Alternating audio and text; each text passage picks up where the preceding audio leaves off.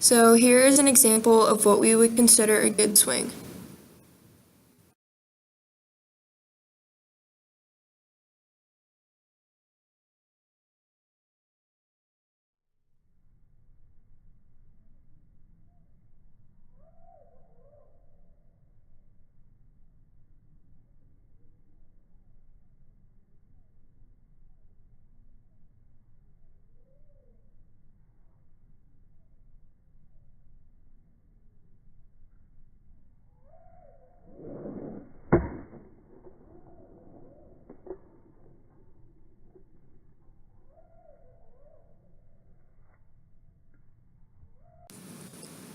The feet are shoulder width apart and parallel with the plate.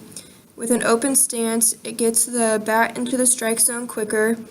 A closed stance will create more force on the ball, but overall stance is based on individual preference. Here is the anatomical principles for the load phase of a good swing. The purpose of a stride is to move the center of gravity forward. The distance of the stride is based on individual preference. As an example, linear hitters do not take a stride. The stride will cause rotation of the hip and trunk, which will move the arms to create one unit. Also, the pivot knee will be flexed around 90 degrees, rotating the trunk to face the pitcher. This also causes weight to shift to the stride foot, stopping the forward movement of the trunk. Here's the anatomical principles for a contact phase of a good swing. During the follow-through, there should be no deceleration. You will continue the swing through the natural arc, causing a slight upswing. Arms move into extension and causes the wrist to release. At the end of the follow-through phase, a slight deceleration will occur in order to remain balanced and begin to run. Here's the anatomical principles for the follow-through phase of a good swing.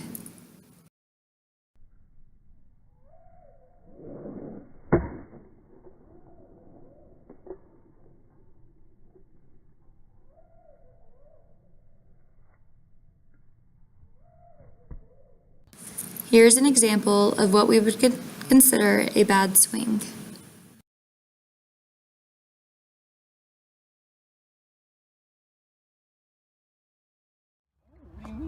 There you go, I drive.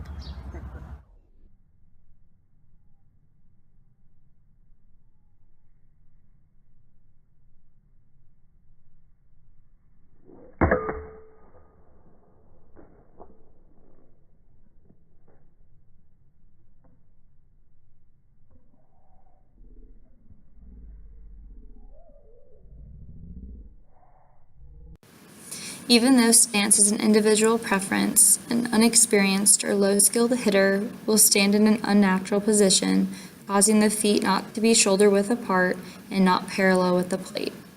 An unexperienced or low-skilled hitter will not take a stride, which won't move the center of gravity forward. Here is the anatomical principles for the load phase of a bad swing. Since the individual did not take a stride, it caused the rotation of the hips and trunk to move separately from the arms.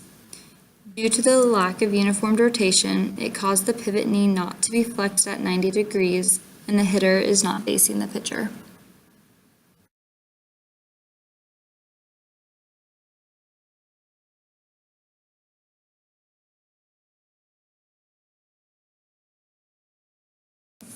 Here is the anatomical principles for the contact phase of a bad swing. An unexperienced or low-skilled hitter will not swing through the natural arc, causing a slight downward swing. Due to the lack of pivot, it will cause the individual to be off balance and unprepared to run. Here is the anatomical principles for the follow-through phase of a bad swing.